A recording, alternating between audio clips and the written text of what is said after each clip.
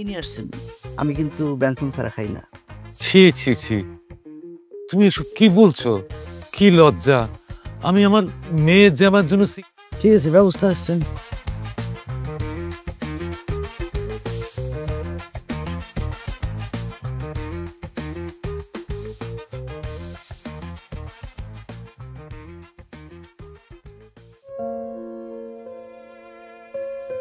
কি কইতেছিস তুই?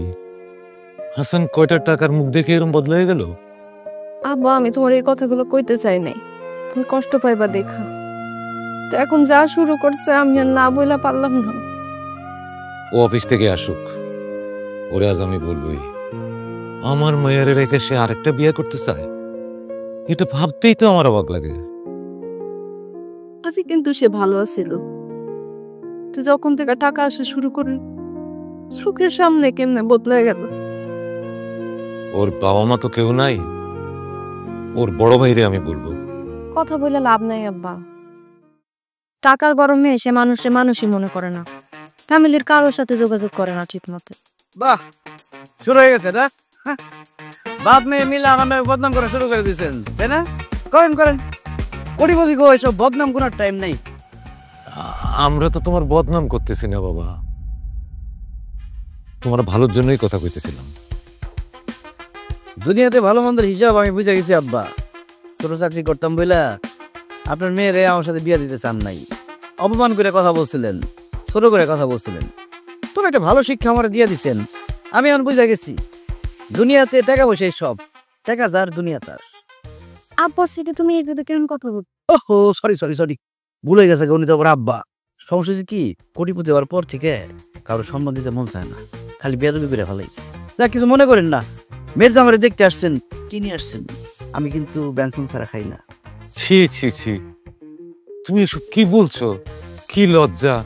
আমি আমার মেয়ের জামার জন্য সিগারেট নিয়ে আসবো? আমি মিষ্টি নিয়ে আসছি, মিষ্টি খাও। মিষ্টি নিয়ে আসছেন? হ্যাঁ হ্যাঁ, ব্র্যান্ডের মিষ্টি ছাড়া খাই না। কি মিষ্টি দেখে তো মনে হচ্ছে কম দামি মিষ্টি। কম দামি মিষ্টি হাত দিয়ে ধরলে হাত নোংরা হয়ে যাবো। ঠিক আছে, ব্যবস্থা আসছেন।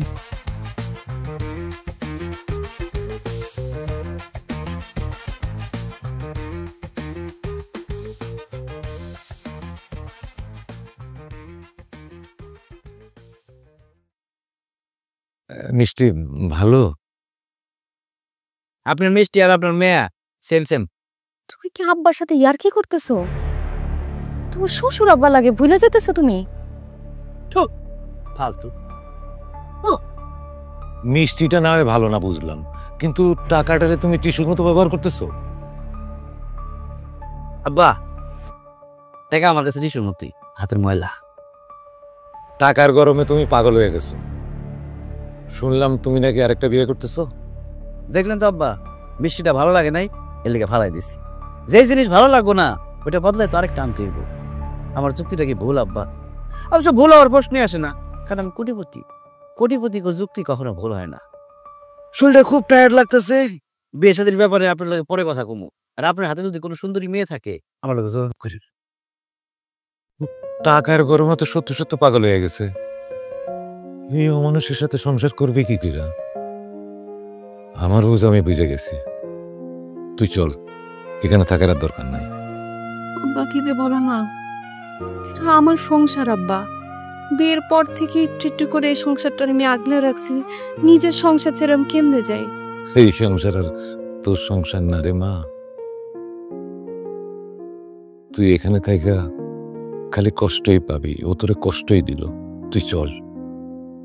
আব্বা, আমি যাইতে পারুম না, আরেকটু দেখি, আরেকটু চেষ্টা করে দেখি।